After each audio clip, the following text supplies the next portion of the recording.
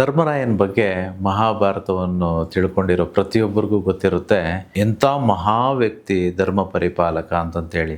ಅಂಥ ಧರ್ಮರಾಯ ಯಾರೋ ಒಬ್ಬರಿಗೆ ಶಾಪ ಕೊಟ್ಟಿದ್ದಾನೆ ಅಂತಂದರೆ ನೀವು ನಂಬ್ತೀರಾ? ಯಾರು ಕೊಟ್ಟಿರ್ಬೋದು ಅವನು ಶಾಪ? ಅವನು ತನ್ನ ಸ್ವಂತ ತಾಯಿಗೆ ಶಾಪ ಕೊಡ್ತಾನೆ. ಓಕೆ, ಅದನ್ನು ಹೇಳೋದಕ್ಕಿಂತ ಮುಂಚಿತವಾಗಿ ನಾನು ಇದನ್ನು ನಿಮಗೆ ತಿಳಿಸ್ಬೇಕು. ಮುಂಬರುವ ಕಾರ್ಯಾಗಾರ ಮಾರ್ಚ್ 8ನೇ ತಾರೀಕು ನಡೀತಿದೆ, ಭಾನುವಾರ. ಬೇಡಿಕೆಯನ್ನು ಪಡೆದುಕೊಂಡಂಥ ಕಾರ್ಯಾಗಾರ ಇದಾಗಿರುತ್ತೆ. ತುಂಬ ರಶ್ ಇರುತ್ತೆ. ಪ್ರಪಂಚದ ಎಲ್ಲ ಮೂಲೆಗಳಿಂದಲೂ ಈ ಕಾರ್ಯಾಗಾರಕ್ಕೆ ರಿಜಿಸ್ಟರ್ ಆಗಿ ಬರ್ತಿದ್ದಾರೆ. ಯಾರಿಗೂ ಸೀಟ್ ಎಷ್ಟು ಜನಕ್ಕೆ ಸೀಟ್ ಸಿಗುತ್ತೋ ನನಗೆ ಗೊತ್ತಿಲ್ಲ. ಮುಂಚಿತವಾಗಿಯೇ ಬುಕ್ ಮಾಡ್ಕೊಂಡ್ಬಿಡಿ. ಯಾಕಂತಂದರೆ ಸ್ಪೆಷಾಲಿಟೀಸ್ ನೋಡಿ, ಪ್ರಪ್ರಥಮ ಬಾರಿಗೆ ಶುಕ್ರ ಗ್ರಹ ಶಾಂತಿ ಪೂಜೆಯನ್ನು ಕಾರ್ಯಾಗಾರದಲ್ಲಿ ನಾವು ಮಾಡ್ತಿದ್ದೇವೆ. ಅಷ್ಟೇ ಅಲ್ಲ, ಭೂದೋಷವೇನಾದರೂ ಇದ್ದರೆ ಅದನ್ನು ಹೇಗೆ ನಿರ್ಮೂಲನೆ ಮಾಡಿಕೊಳ್ಳೋದು ಅನ್ನೋದ್ರ ಬಗ್ಗೆ ನಾನು ಅಲ್ಲಿ ತಿಳಿಸ್ಕೊಡ್ತಿದ್ದೇನೆ. ನಮಗೆ ಜಾತಕ ದೋಷಗಳೇನಾದರೂ ಇದ್ದರೆ ಅಂಥ ದೋಷಗಳಿಂದ ಮುಕ್ತಿ ಪಡ್ಕೊಳ್ಳೋದು ಹೇಗೆ ಅನ್ನೋದು ತಿಳಿಸ್ಕೊಡ್ತೇನೆ. ಹಾಗೆಯೇ 45 ದಿನಗಳ ಲಕ್ಷ್ಮೀ ಕುಬೇರ ವ್ರತದ ಬಗ್ಗೆಯೂ ಈ ಕಾರ್ಯಾಗಾರದಲ್ಲಿ ನಾನು ನಿಮಗೆ ತಿಳಿಸಿ ಮಾಡಿಸ್ತಿದ್ದೇನೆ. ಸೊ ಎಲ್ಲರೂ ಇದನ್ನು ಸದುಪಯೋಗಪಡಿಸ್ಕೊಳ್ಳಿ. ಯಾವಾಗ ನಾವು ಯೂನಿವರ್ಸ್ಗೆ ಅಲೈನ್ ಆಗಿರ್ತೇವೋ, ಯಾವಾಗ ನಮ್ಮ ಭಾವವು, ನಮ್ಮ ಚೇತನವು ಯೂನಿವರ್ಸಿನ ಭಾವಕ್ಕೆ ಕನೆಕ್ಟ್ ಆಗಿರುತ್ತೋ, ಆಗ ಮಾತ್ರ ನಮಗೆ ಈ ಭೂಲೋಕದಲ್ಲಿ ನಮಗೆ ಸಿಗಬೇಕಾಗಿರ್ತಕ್ಕಂಥ ಭೋಗಗಳು, ಸುಖಗಳು, ಹಣ, ಆಸ್ತಿ, ಐಶ್ವರ್ಯಗಳು ಸಿಗೋದಕ್ಕೆ ಸಾಧ್ಯವಾಗುತ್ತೆ. ಎಲ್ಲಿ ತನಕ ನಾವು ಆ ಯೂನಿವರ್ಸ್ ವೇವ್ ಲೆಂತ್ ಅಥವಾ ಯೂನಿವರ್ಸ್ ವೈಬ್ರೇಷನ್ಗೆ ಕನೆಕ್ಟ್ ಆಗಿರೋದಿಲ್ವೋ ಅಲ್ಲಿ ತನಕ ನಮಗೆ ಸಿಗಬೇಕು ಅಂದುಕೊಳ್ಳೋದು ಸಿಗದೆ ಹೋಗುತ್ತೆ, ಬದಲಿಗೆ ಇನ್ಯಾರಿಗೂ ಹೋಗ್ತಿರುತ್ತೆ. ಸೊ ದಯವಿಟ್ಟು ಅದನ್ನು ಪಡ್ಕೊಳ್ಳೋರು ನಾವು ಆಗೋಣ. ಇದರೆಲ್ಲದರ ಬಗ್ಗೆಯೂ ನಾನು, ಇದು ಫೌಂಡೇಶನ್ ವರ್ಕ್ಶಾಪ್ ಆಗಿರೋದಕ್ಕೆ ಇದರಲ್ಲಿ ಸಂಪೂರ್ಣವಾಗಿ ಬೆಳಿಗ್ಗೆಯಿಂದ ಸಂಜೆ ತನಕ ನಿಮಗೆ ಇದರ ಬಗ್ಗೆ ನಾನು ತಿಳಿಸ್ಕೊಡ್ತೇನೆ. ಯಾರೆಲ್ಲ ಇಲ್ಲಿ ತನಕ ಕಾರ್ಯಾಗಾರಕ್ಕೆ ಬಂದಿದ್ದೀರೋ ಅವರಿಗೆ ಗೊತ್ತಿರುತ್ತೆ ನಾವು ಏನನ್ನು ಮಾಡಿದರೆ, ಹೇಗೆ ಜೀವಿಸಿದರೆ ನಮಗೆ ಹಣ ಬರುತ್ತೆ, ನಾವು ಶ್ರೀಮಂತರಾಗ್ತೇವೆ ಅಂತಂತೇಳಿ. ಇನ್ನು ಎಷ್ಟೋ ಜನ ನಿಮಗೆ ಕರ್ಮ ಕಳೆದಿಲ್ಲ, ಹಾಗಾಗಿ ಇನ್ನೂ ಇಂತಹ ಜಾಗಗಳಿಗೆ, ಇಂತಹ ವ್ಯಕ್ತಿಗಳನ್ನು ಮೀಟ್ ಮಾಡೋದಕ್ಕೆ ಸಾಧ್ಯವಾಗ್ತಿರೋದಿಲ್ಲ.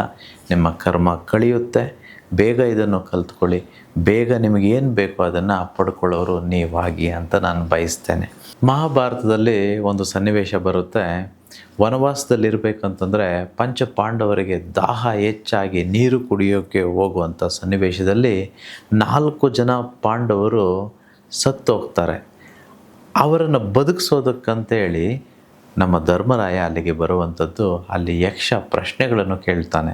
ನಾನು ಕೇಳುವ ಪ್ರಶ್ನೆಗಳಿಗೆ ಸರಿಯಾದ ಉತ್ತರ ಕೊಟ್ಟರೆ ಮಾತ್ರ ನಿನ್ನ ತಮ್ಮಂದರನ್ನು ನೀವು ಬದುಕಿಸ್ಕೊಂಡು ನೀರು ಕುಡಿದು ಹೋಗ್ಬೋದು ಅನ್ನೋವಂಥದ್ದು.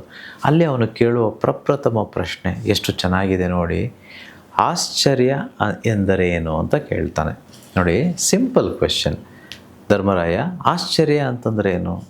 ಈಗ ಧರ್ಮರಾಯ ಹೇಗೇಗೋ ಉತ್ತರ ಕೊಡೋದಲ್ಲ, ಅದು ವಿಶ್ವದ್ದಾಗಿರಬೇಕು.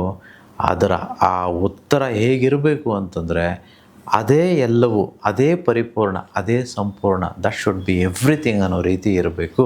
ಪರಮಚೇತನ ಆ ಉತ್ತರದಲ್ಲಿರಬೇಕು ಅನ್ನುವಂಥದ್ದಾಗಿರಬೇಕು. ಧರ್ಮರಾಯ ಹೀಗೆ ಉತ್ತರ ಕೊಡ್ತಾನೆ ಯಕ್ಷನಿಗೆ. ಅಲ್ಲ, ಈ ಭೂಲೋಕದಲ್ಲಿ ಪ್ರತಿದಿನ ಜನ ಸಾಯ್ತಾನೇ ಇದ್ದಾರೆ. ತುಂಬ ಕಷ್ಟಗಳು, ತುಂಬ ದುಃಖಗಳು.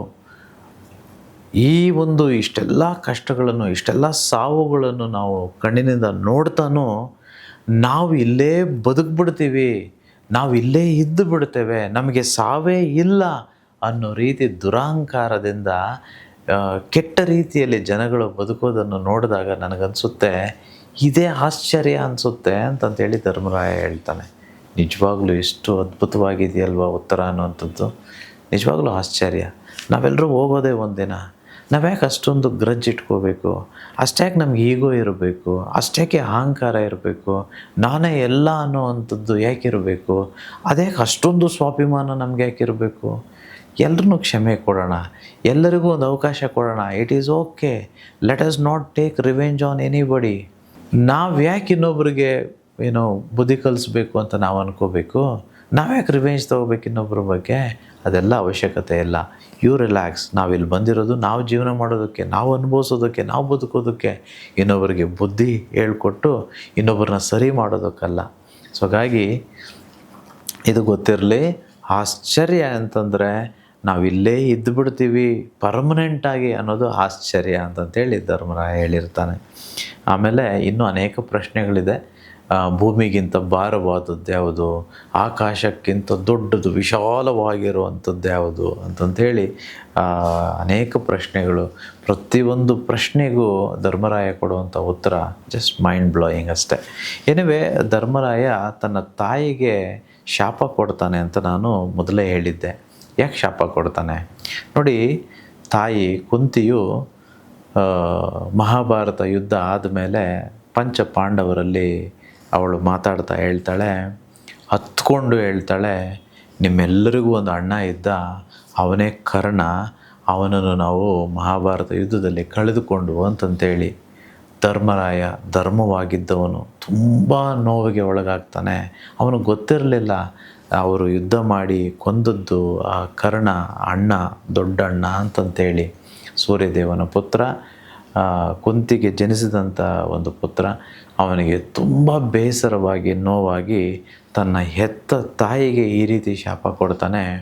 ಇನ್ನು ಮುಂದೆ ಯಾವುದೇ ಹೆಣ್ಣು ಮಗಳು ಅಥವಾ ಹೆಂಗಸು ತನ್ನ ಒಳಗಡೆ ತನ್ನ ಬಾಯಲ್ಲಿ ಯಾವ ಸತ್ಯಗಳನ್ನು ಅಥವಾ ಯಾವುದೇ ಸೀಕ್ರೆಟ್ಗಳನ್ನು, ಇನ್ನು ಮುಂದೆ ಯಾವುದೇ ಹೆಣ್ಣು ಮಗಳು ಅಥವಾ ಯಾವುದೇ ಹೆಂಗಸು ಯಾವುದೇ ರಹಸ್ಯಗಳನ್ನು ಅಥವಾ ಯಾವುದೇ ಸೀಕ್ರೆಟ್ಗಳನ್ನು, ಇದೆಲ್ಲ ಸತ್ಯಗಳನ್ನು ತನ್ನ ಒಳಗಡೆ ಬಚ್ಚಿಟ್ಕೊಳ್ಳೋಕ್ಕಾಗದೇ ಹೋಗಲಿ, ಎಲ್ಲವನ್ನು ಮುಕ್ತವಾಗಿ ಹೇಳ್ಕೊಂಡು ಬಿಡಲಿ ಅನ್ನೋವಂಥ ಶಾಪವನ್ನು ಅವನು ತನ್ನ ತಾಯಿಗೆ ಕೊಡುವಂಥದ್ದು.